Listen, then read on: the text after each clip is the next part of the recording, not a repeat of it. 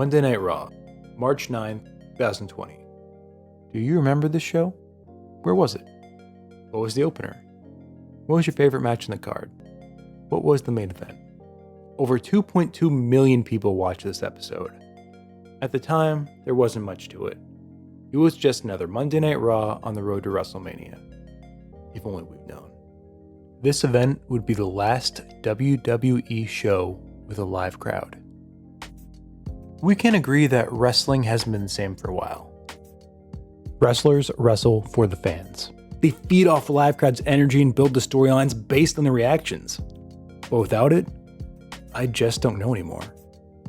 When my friends didn't understand wrestling, I used to go into detail about its live theater elements. I would compare going to a live wrestling show to attending a live theater performance. The atmosphere of an audience just enhances the performance in indescribable ways. Before I go any further, I agree with social distancing. I understand why I can't be part of a live wrestling crowd, and I'm willing to wait for the situation to get better before I can partake in that experience again. So for now, wrestling doesn't have a crowd. Sure, you could say they have the Thunderdome or Pineapple Pete, but I'm not going to count that. Wrestling crowds are organic and rebellious. Now, can you imagine the Thunderdome chanting CM Punk during a Triple H promo? Because that is what a wrestling crowd is. Now, it might sound like I'm exaggerating how a crowd affects a wrestling match. After all, they are still being watched by millions of people at home, and after years of experience, they can still put on high-quality matches even without a crowd. Which is true. The superstars of WWE and the wrestlers of AEW are extremely good at what they do. And there have been some good matches during the quarantine. However, to truly see the full effect the absence of a crowd is having on the matches, watch these two matches back to back.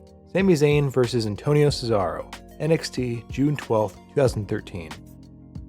Drew Gulak vs Cesaro, WrestleMania 36 pre-show. Both of these matches happened in the same place and both had Cesaro. But which should you prefer? Now, I'm not going to go into detail about the quality of WWE's content or how AEW is doing compared to NXT. Those are topics for another time. Hopefully a time in the not-so-distant future where it's safe to be part of a crowd again. But for now, we get Thunderdome Raw. Is it as bad as I'm describing it? Well, no. People are still watching it.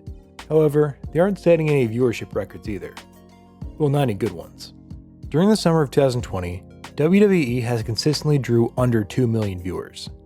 For comparison, the March 5th, 2018 edition of Monday Night Raw drew just over 3 million viewers. So not the biggest drop of all time, but still a drop. Now here's a hypothetical for you.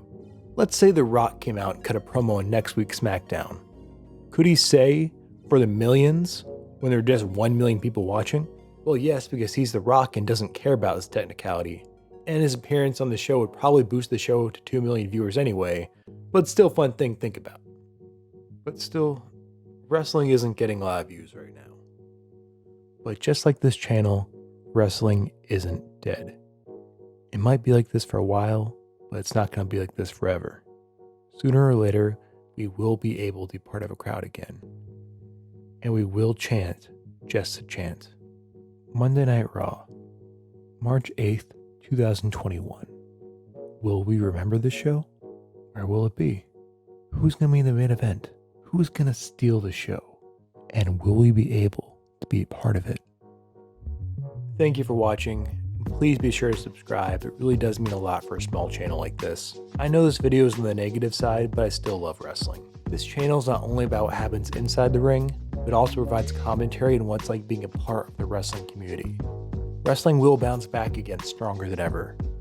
Because that is what wrestling is all about.